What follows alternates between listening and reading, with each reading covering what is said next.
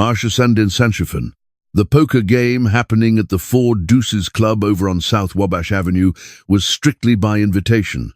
No random people allowed, no sightseers, just the most powerful criminals in all of Chicago gathered around a table covered in green felt, piles of money stacked up, cigars smoldering in the ashtrays, and the kind of tension hanging in the room that could easily ignite a full-scale conflict.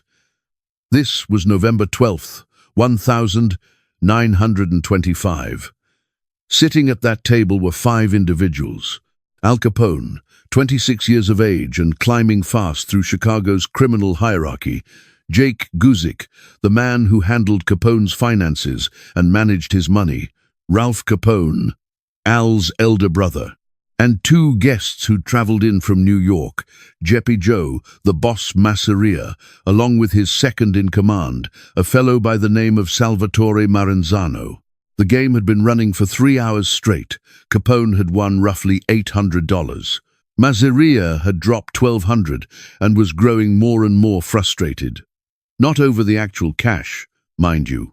Masseria had control over millions back in New York.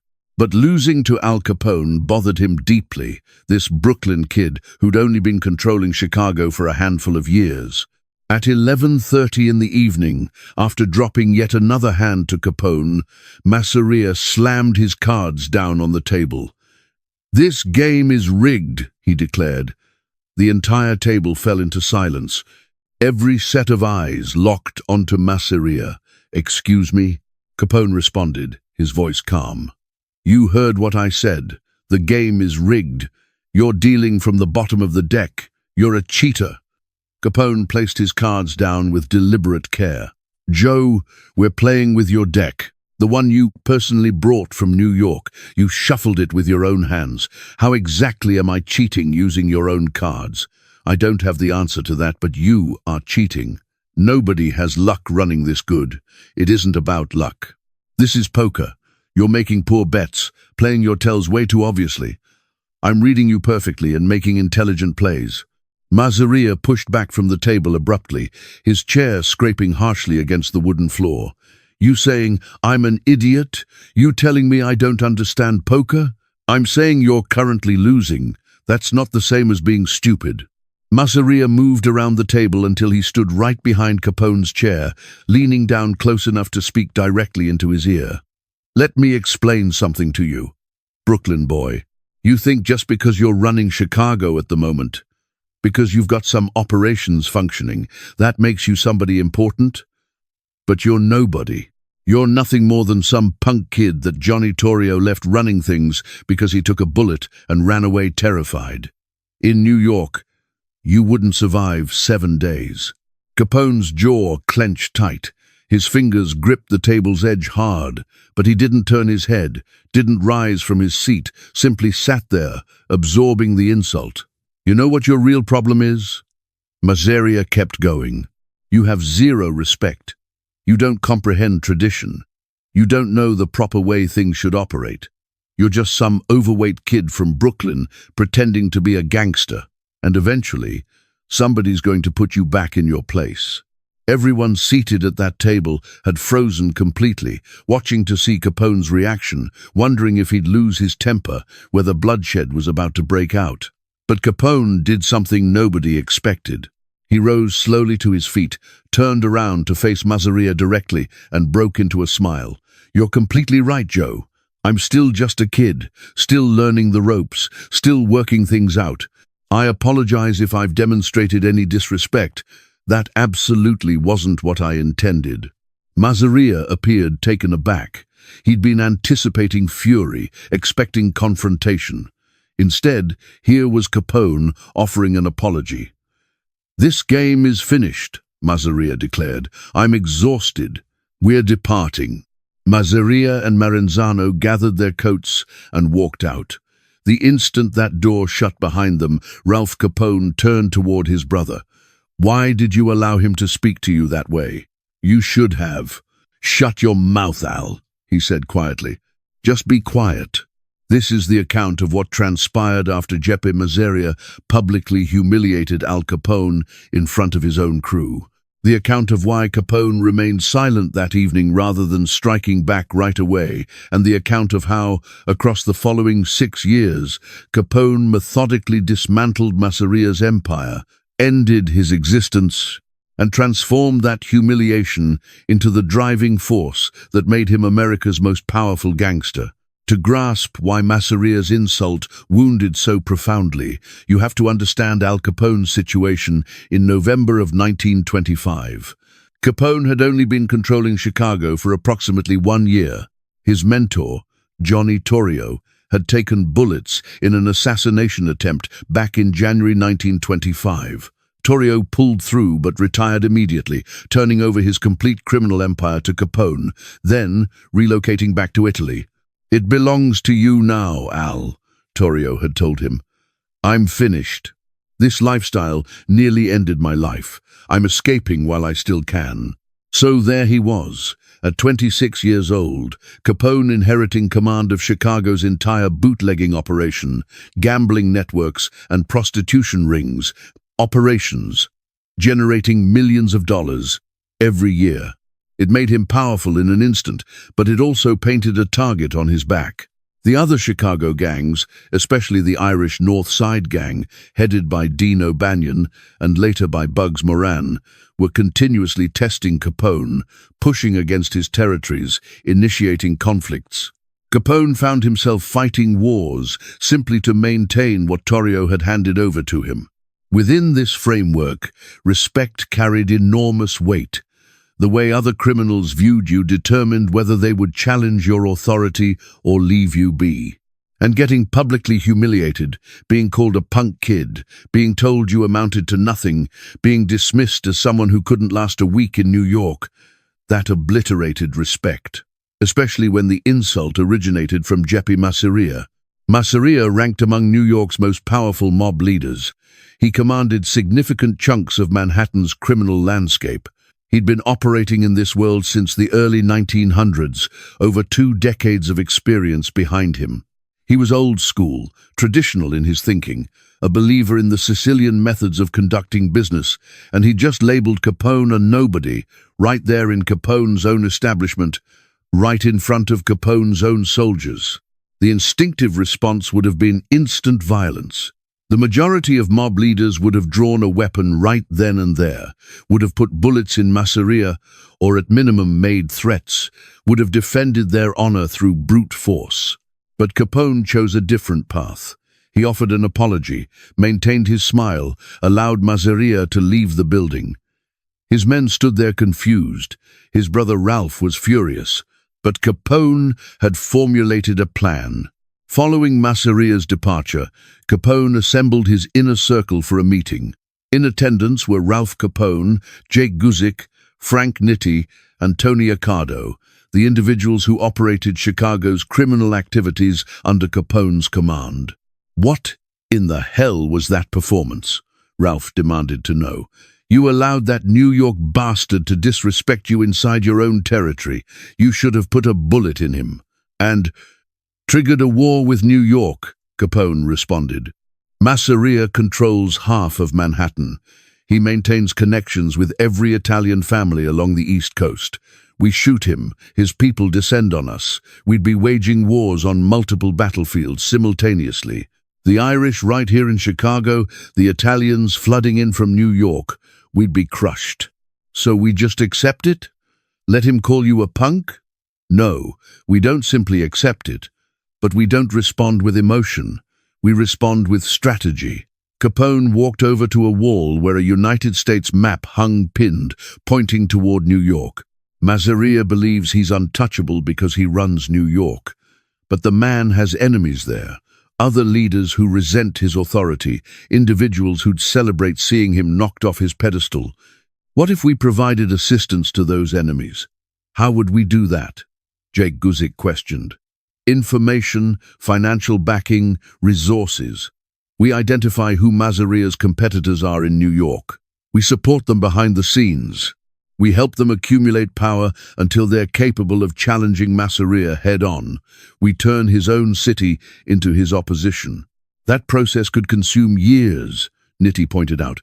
I have years available. I'm 26 years old. Time and patience are on my side. Masseria thinks I'm just some reckless kid. Perfect. Let him maintain that belief. While he's underestimating my capabilities, I'll be dismantling him slowly, methodically, so that by the time awareness hits him, it's already too late. And in the meantime, Ralph asked, what do we do about the disrespect? Everyone's going to hear what happened. Everyone's going to perceive you as weak. Capone smiled broadly. Let them perceive that. Let people underestimate my abilities. It makes them sloppy.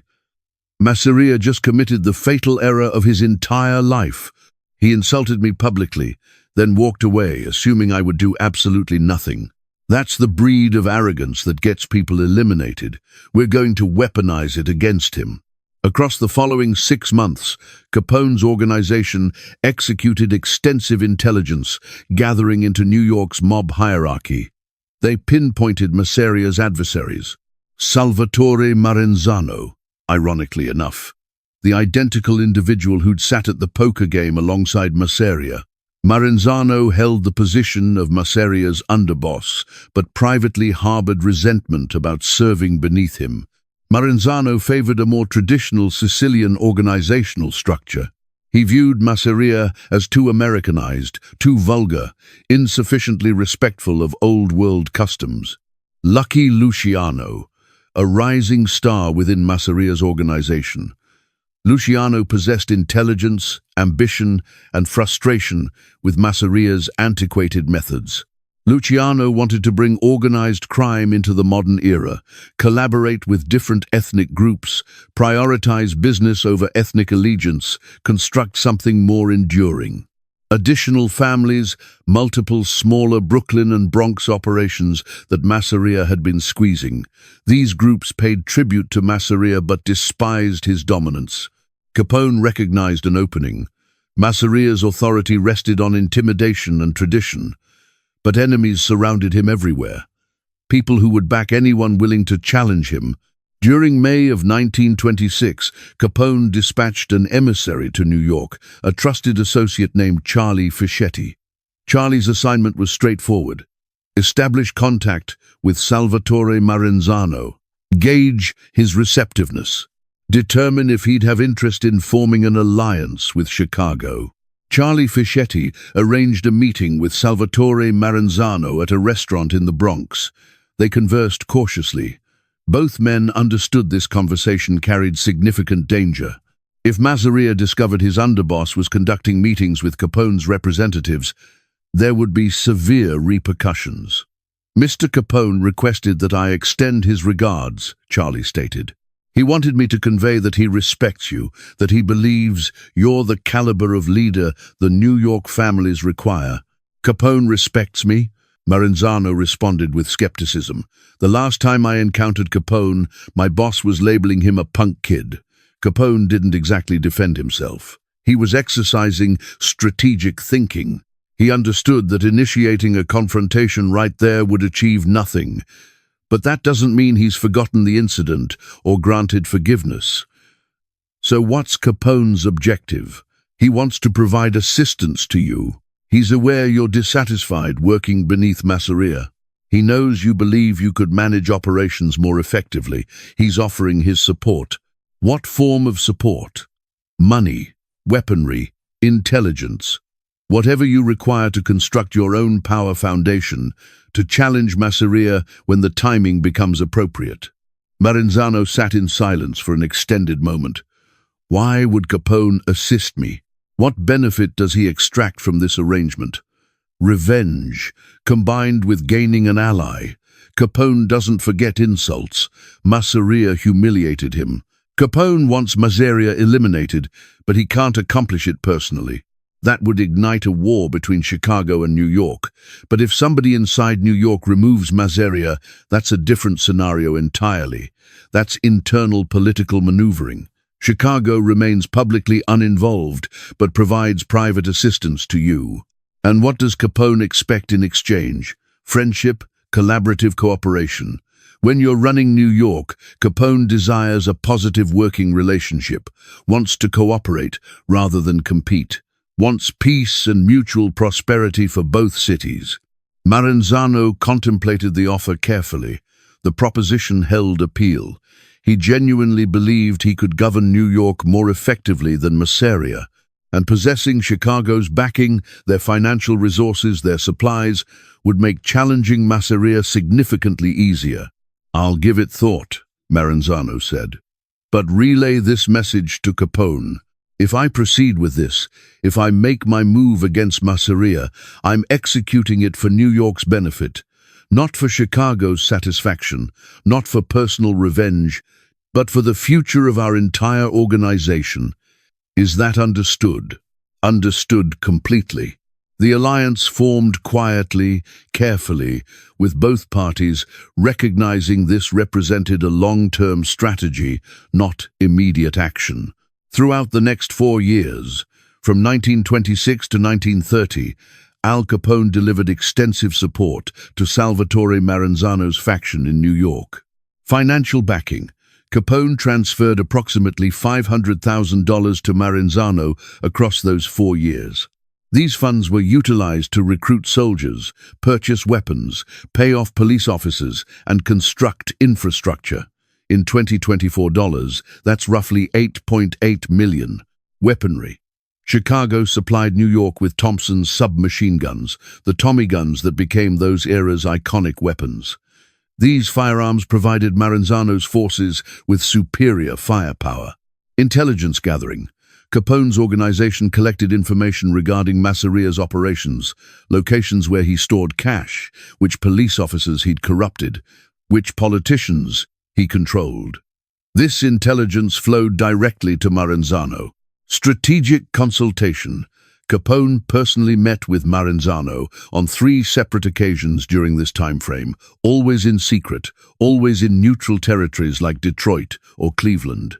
They discussed strategy, proper timing, methods to accumulate power without alerting Masseria prematurely. Meanwhile, Capone was simultaneously establishing contact with Lucky Luciano. Luciano continued working for Masseria, but his frustration with the old boss kept growing. Capone sent messages through intermediaries. "When the moment arrives, when somebody makes their move against Masseria, you should consider carefully which side you align yourself with." By 1930, all the pieces had fallen into position. Maranzano had constructed a formidable faction inside New York's underworld. Luciano was positioned to betray Masseria when opportunity presented itself. Other families stood ready to support whoever successfully challenged Masseria. All that remained was identifying the perfect moment.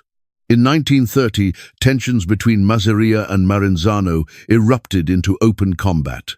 The conflict earned the name Castellamare's War, named after Castellamare del Golfo in Sicily, the homeland of many supporting Maranzano. The war proved brutal. Dozens died. Businesses were decimated. Police investigations intensified dramatically. It represented the kind of mob war that destroys everyone caught in it. We'll explain that Paul's leadership was generating problems, that the family was fracturing, that this move proved necessary to prevent civil war. And if the commission rejects that explanation, Frank regarded the man steadily. Then we'll address the commission. But I don't anticipate it reaching that point. The other families comprehend reality. They'll adjust. And they did. The commission, the governing authority of New York's 5 families, was displeased about Castellano's death. He ensured that when federal government involvement occurred, they identified Masseria as the primary threat. The war stretched on for months. Neither faction could secure a decisive victory. By early 1931, both Masseria and Maranzano had reached exhaustion. The conflict was draining millions, destroying their operations, attracting unwanted scrutiny. That's when Lucky Luciano executed his move. On April 15th, 1931, Jeppe Joe the Boss Masseria went for lunch at a Coney Island restaurant called Nuova Villa Tamaro. Lucky Luciano accompanied him, supposedly still his faithful underboss. They consumed their meal, engaged in conversation, played cards following the food. Around 3:30 in the afternoon, Luciano excused himself to visit the restroom. During Luciano's absence, 4 men walked into the restaurant. They proceeded directly to Masseria's table, pulled out guns, fired multiple shots into Masseria, killing him instantly. The shooters fled immediately. By the time Luciano emerged from the restroom, or claimed to emerge, Masseria lay dead. Luciano informed police he'd been in the bathroom, heard the gunfire, came out to discover his boss murdered. He claimed he never saw the shooters. Nobody believed his account, but nobody could demonstrate Luciano had orchestrated the assassination. Masseria's death brought the Castellamore's war to its conclusion. Marenzano instantly declared himself victorious, convened a meeting of all New York crime families, announced a restructured organization, proclaimed himself boss of bosses. For approximately 4 months, Marenzano governed New York, but he committed the identical mistake Masseria had made. He grew arrogant, began believing his own mythology, started thinking himself untouchable. Lucky Luciano, who'd assisted Marenzano by betraying Masseria, now turned against Marenzano himself. On September 10th, 1931, Luciano ordered Marenzano's execution. 4 men disguised as police officers entered Marenzano's office and shot him to death. With both Masseria and Marenzano eliminated, Lucky Luciano emerged as New York's most powerful mobster. And among his initial actions was reaching out to Al Capone. During October 1931, Al Capone and Lucky Luciano convened at an Atlantic City hotel. The meeting remained secret. No bodyguards present, just 2 men discussing privately the future of organized crime across America. "I want to express my gratitude," Luciano began, "for your support throughout these years. The money you provided Marenzano, the weapons, the intelligence, all of it contributed to ending Masseria's reign." In interviews decades afterward, following his release from prison, Sammy Gravano was questioned if he regretted killing Paul Castellano. "No," Sammy stated. "Paul disrespected me, killed my cousin without informing me, treated me like I amounted to nothing. That's not something you forgive. That's not something you move beyond. But consider what it cost. Your friendship with John, your freedom, years of your existence in prison." Sammy remained quiet momentarily. "Yeah, it cost plenty. Had one of my people deliver it in person, simply stated, 'Remember that poker game in Chicago, the one where you labeled me nothing? Turns out I'm something substantial after all.' And you're about to discover exactly what." You think he comprehended the message? I certainly hope so. I hope, during those final seconds before your people shot him, realization dawned on him. That I'd been operating against him for 6 full years. That everything that transpired, Marenzano's ascension, the war, his own death, all of it traced its origins back to that night he humiliated me. Luciano nodded slowly, processing this. That's exceptionally cold-blooded revenge. That's strategic revenge. Anyone can kill somebody in a moment of rage. That's simple. But planning somebody's complete destruction across years, utilizing their own associates against them, allowing them to think they're winning right up until the instant they die, that's artistry. So, what happens now? What do you want from New York? Violence resolves immediate problems but creates future ones. Revenge feels satisfying in the moment but costs more than anticipated. But in the world of organized crime, lessons are rarely absorbed. The cycle persists. Someone disrespects someone else. Someone pursues revenge. Someone dies. Someone else assumes control. And the whole thing initiates again. Paul Castellano died on a Manhattan sidewalk on the 16th of December, 1985. But the real account isn't his death. It's what transpired to everyone who survived him, and how the very act that elevated them ultimately destroyed them all. That wraps it up for today. On the 11th of December, 1985, Paul Castellano spoke about Sammy Gravano's deceased cousin like it was a joke. like killing Nicholas Better, was merely a demonstration of power. 5 days afterward, Paul Castellano was deceased, shot 6 times outside Sparks Steakhouse in one of the most famous mob hits in history. Sammy Gravano and John Gotti had strategized it flawlessly. They assumed control of the Gambino family. They became the most powerful mobsters in America. And then, 6 years afterward, Sammy betrayed John, testified against him, placed him in prison for life. Because the identical qualities that made Sammy capable of killing a boss, his loyalty to family, his demand for respect, his willingness to do whatever proved necessary, ultimately transformed him into the man who destroyed his best friend. Paul Castellano insulted Sammy. 5 days afterward, Paul was deceased. 6 years following that, everyone involved had paid the price. If this story hit you, drop a comment below. Subscribe for more stories where revenge costs more than anyone expects. See you in the next.